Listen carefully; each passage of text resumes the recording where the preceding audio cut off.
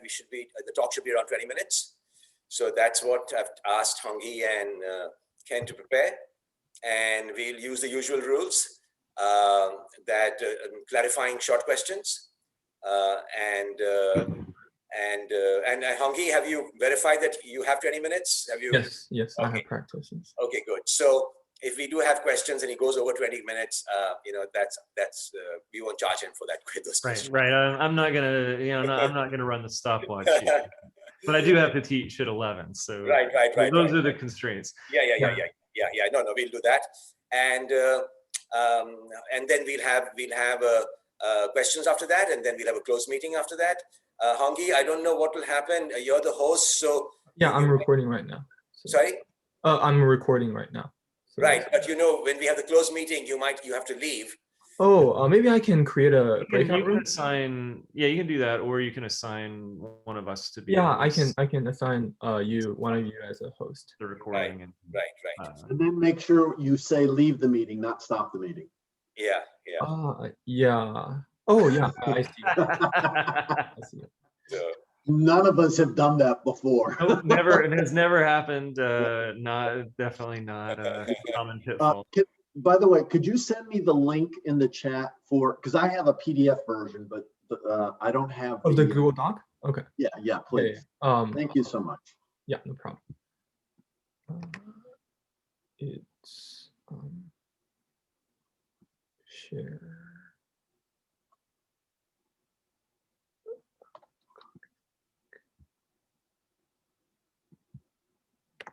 Okay, it's this one. Thank you so much. No problem. But John, the real version will be created after this. I mean. Sure. Yeah. I have a 40-inch screen. Yeah. There's only so much, Right.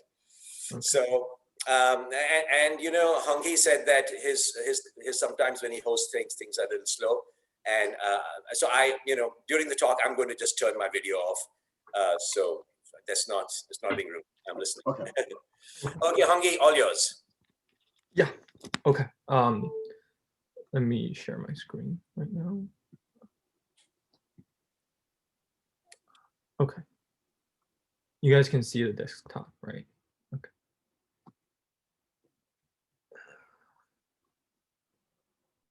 Okay. I'll start my presentation. First, to start off, I will start off by defining some key components of the thesis title, the cell and assignment completion times in Jupyter. So what is cell and assignment completion time? Basically, whenever a student is editing a cell or assignment in a Jupyter notebook, that time is taken into consideration to the respective completion time. And idle time is when the student is not making any edits to the cell or assignment. Any idle time is considered part of the time spent if it's under 5 minutes, because that might be the thinking time of the student when doing the assignment. This length is chosen arbitrarily based on the intuition of typical student behavior. In this project, I will predict the range of student completion time for cell and assignment, rather than predicting an exact numeric value. So why should we care about predicting cell and assignment time? It's useful for both the student and instructor of the course. A lot of beginner programmers doing assignments don't really have an idea of roughly how long it's going to take to complete the assignment or the question. By predicting their finish time, it may help them to get a sense of where they are so they can organize their time better. Especially for individual cells in the assignment, it may even be more helpful because they might want to evaluate how much time they want to spend on each cell and not get stuck on one problem for a long time, so that they don't even have time for the future questions that they might be able to answer correctly. The instructor can also use the prediction ability to monitor in real time whether a student is encountering any difficulties and offer help to students if that's possible. It can also be a very good feedback on the assignment itself to the instructor. Basically, like how much time should be given for this assignment for the students to complete it. And to before beginning talking about my work, I will first talk about one of the previous work done in a related topic. First, I will talk about the Retina system. They use previous assignment information to predict the current student time spent in the assignment. The input they take is so first, define TYA be the set of completion time for assignment A in semester Y. So basically, TYA would be a set of numbers, and each one of these numbers is a completion time for a student in assignment A in semester Y for a certain computer science class. Can I interject really quick? When I was reading this, does that assume that the assignments are identical between semesters, or is it just the first assignment from this semester and the first assignment from next semester, even though they might test the same things but are different? Do you know? Yeah, so their assumption is that the same assignment across semesters may be the same or of like similar difficulty or length.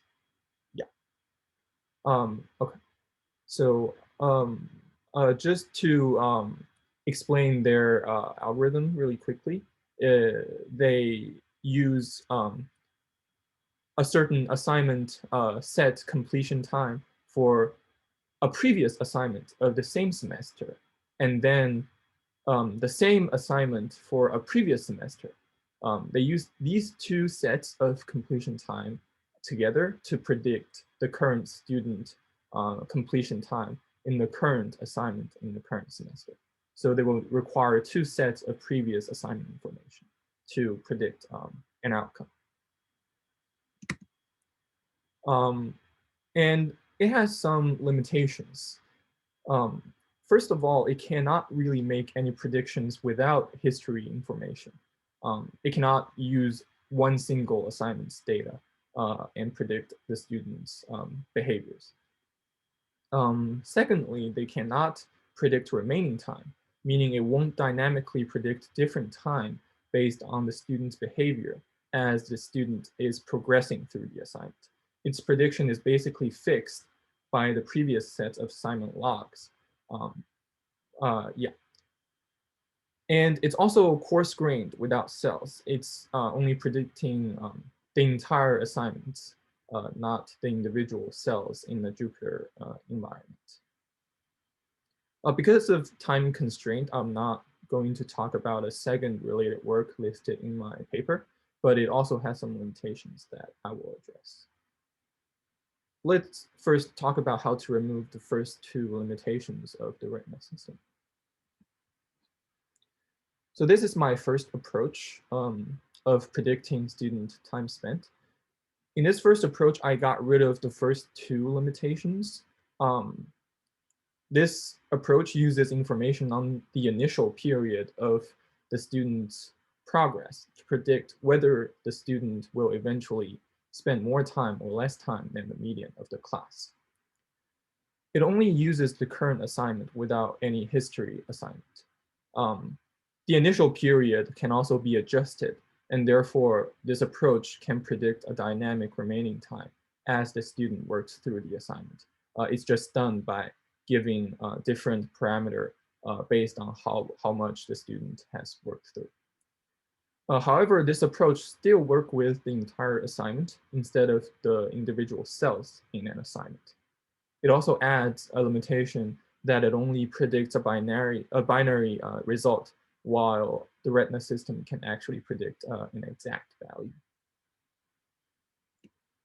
The key idea of this approach is that a student's future progress is a function of the student's previous progress and current error state. But how are these measured? I used these features as indicators of the student's previous progress and current error state. I will explain the reason behind these features. The number of errors a student has could be an indication, because the more error one has, the more time one will need fixing these errors. And then the longest time the student has spent on a single cell could also show whether or not the student has encountered any difficulties in a certain question. And if so, the student may encounter more in the future questions, and therefore have a greater time spent than the median of the class. The progress of the student into the assignment is also considered, because if the student has very small progress over the same period of time, it means that the student works more slowly and might spend more time in total. And finally, the average time that a student spends in all previous cells that he has worked on could tell me whether or not the student will continue spending more time in future parts of the assignment.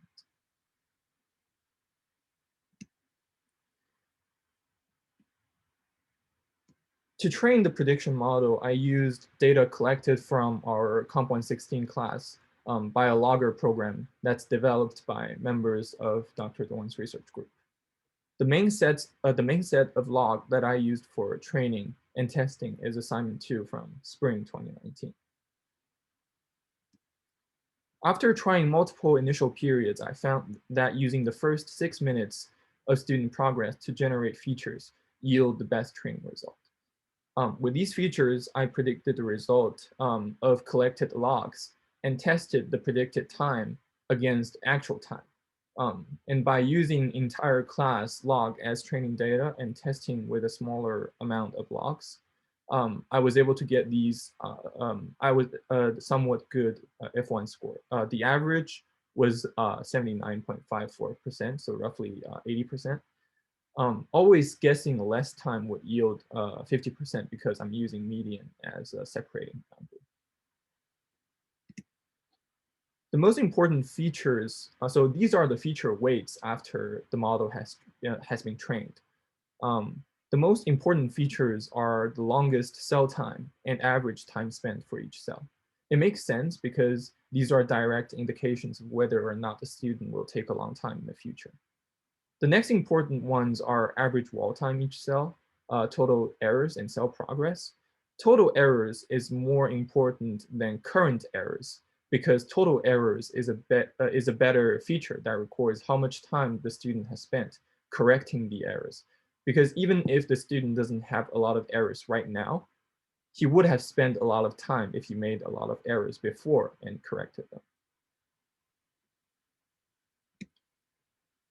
And in my second approach, I fixed some limitations of the previous approach that I just described. This approach, first of all, will predict a ternary result, because one significant observation in the previous approach is that a lot of cases are centered around the median. Therefore, with this cluster of cases along the dividing line, it's harder for the model to predict the results well. This time, I divided the labels into 3 groups. The group around the median, the group that is too small, and the group that's too big. Another big change in this approach is that it would predict the current cell being worked on, instead of predicting the entire assignment completion time. And to do this, I broke each cell into smaller buckets, meaning that I would use the information on a certain initial period of the cell as features, just like how I used a certain initial period for the assignment in the previous approach. And I will use information on this initial period of the cell to predict the final time spent on the same cell. The key ideas for this approach is that the student's future progress in the current cell is also a function of the student's previous progress and problems. These previous progress could include both relative and absolute progress, and total and recent progress. The relative progress means that the student's progress compared to the median performing student in the class, and total means all of previous cells, all of the previous information on that cell. And current or recent progress means the current state of the student in the cell. And I recorded the insertions and deletions of students working on the cell and used them as indicators of progress and problems. Insertion is an indicator of progress because it means that the student is actually producing answers. Deletions is an indicator of problems because it means that the student has found some errors and needs to correct them. The relative, yeah, I talked about that, sorry. With the insertions and deletions stored separately, I decided to use the length of these insertions and deletions as features. Intuitively, someone who makes more insertions and deletions would take more time than someone who makes less because typing takes time. So my insertion here, the first feature, would represent the insertion length of the current student in the current cell. Then original cell length would be the length of the cell before any work has been done. This feature could potentially be useful because it could signify how long the problem is and therefore indicating its complexity. Insertion divided by median is the result of dividing my insertion, which is the first feature, by the median, by the insertion made by the median performing student in the current cell. This compares the current student to the median student and might help the model understand the current student's ability or his standing in the class. For the data set, I used the same data set as the previous approach. And the model was trained on all question cells altogether. So I basically took all of the cells in the assignment from all the student logs and treat each cell as an individual test case or training case. And it was trained on all of these question cells. The initial period used was 1/4 of the progress after the student has started working on the current cell.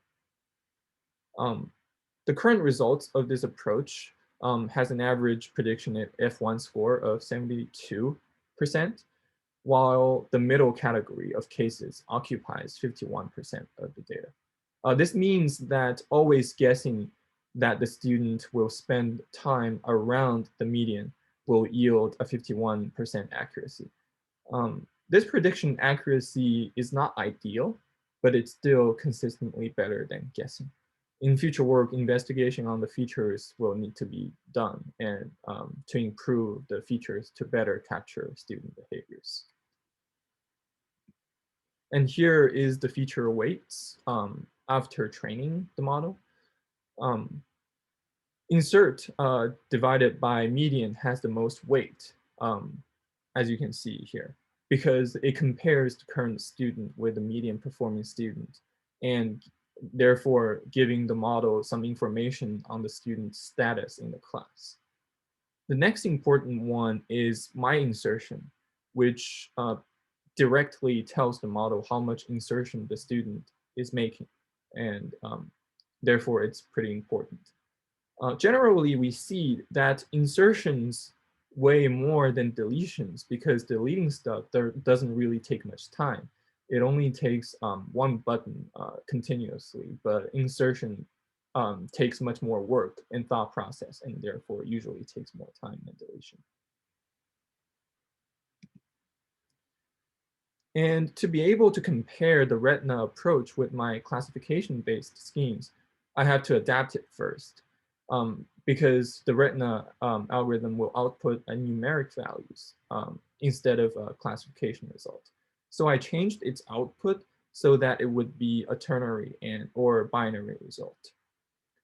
I used assignment, because it requires more sets of assignment logs, so I used assignment 1 from spring 2019 and assignment 2 from fall 2020 to predict assignment 2 from spring 2019. And here, it may seem weird that I'm using later assignments to predict previous year assignments, but it's since these 3 are the only logs we have, this is the only way to give any prediction using the retina algorithm. And it shouldn't really matter either way because it's under the assumption that the same assignments are similar in length and difficulty across semesters. So using a future assignment to predict the same assignment in the previous semester should be similar to using a previous semester assignment to predict the future semester. And the results from this approach has 61 accuracy for ternary prediction and 69% for binary prediction. And as you can see, it's better than guessing, but it's not as effective as the accuracy for both my first and second approach. It may has more comparability to my first approach because my first approach is predicting over the entire assignment, just like Retina is doing. So my first approach had an 80% accuracy on average. So it does outperform the Retina system by at least 10%. The second approach is not very comparable to this right now because my second approach is predicting cell information instead of the general assignment information. For the development of this thesis, I built a toolkit to help me create and experiment with various prediction methods. And here is a demonstration of what the toolkit looks like. The left part of the tool can help me inspect different test cases as a result of the training model. The first dropdown gives a choice of the 4 categories of a prediction. And choosing one of these categories will generate a list of the test cases belonging to that category. And then the box below will be populated with the features of that feature values of that test case and gives me more insight into this specific test case. This tool can help me explain the results predicted by the machine learning model.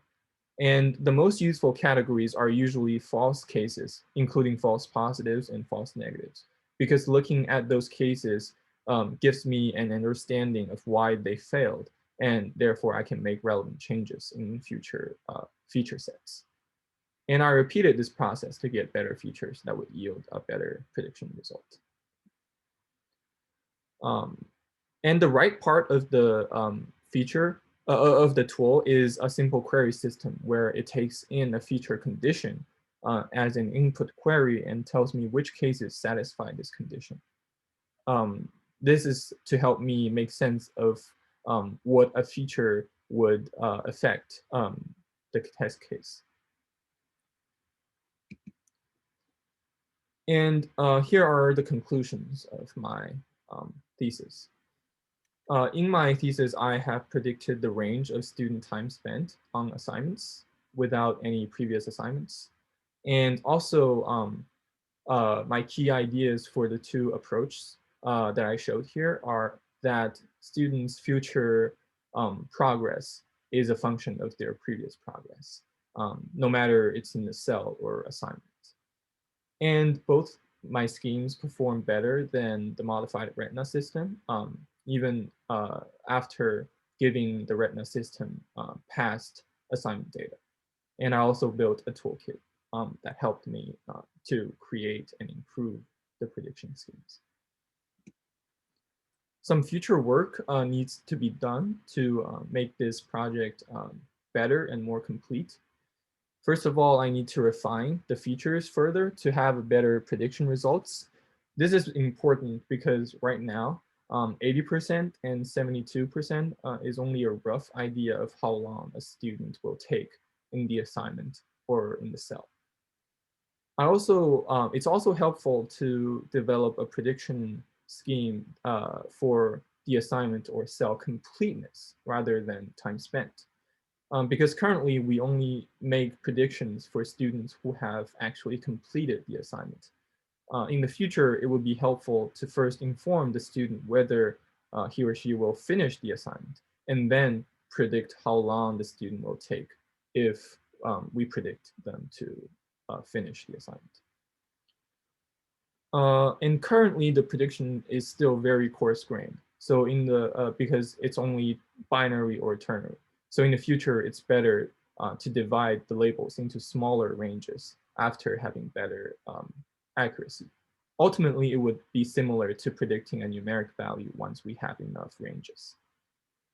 And then it would be helpful to unify the format of the logs collected so that the predictions can be made in real time as the student is doing the assignment. Because currently the logs that I use are not the same as the logs collected directly from the student. The logs that I use are processed versions of those raw logs for better readability. So to be able to predict the time spent in real time as the student is doing it, the raw log format will need to be the same as the log format that I use. It'll also be helpful to transfer the prediction scheme to other platforms rather than just the Jupyter environment. And finally, in the future, it's going to be helpful if I can use the cell prediction in the second approach and add the cell prediction up together to get a prediction of the entire assignment. And that way I can even compare this to the first approach. But right now, this has been difficult because first, it's not very clear how I can add up the cells because they're currently classification results, not numeric results. So it's not very clear how to add them up. And secondly, since the second approach takes the student's initial progress in the cell to predict the final time spent in the cell, adding them up would mean using some progress in every question to find out how long they're going to spend in the assignment. This doesn't really make sense because if the student has only worked through half of the assignment, I can't really use information on the cells that they haven't worked on to add up to the entire assignment. And this will be a problem for me to figure out in the future. And that's all of my presentation. Okay, good. Hongi, why don't you stop recording now? Oh, yes. I need to first stop sharing and exit.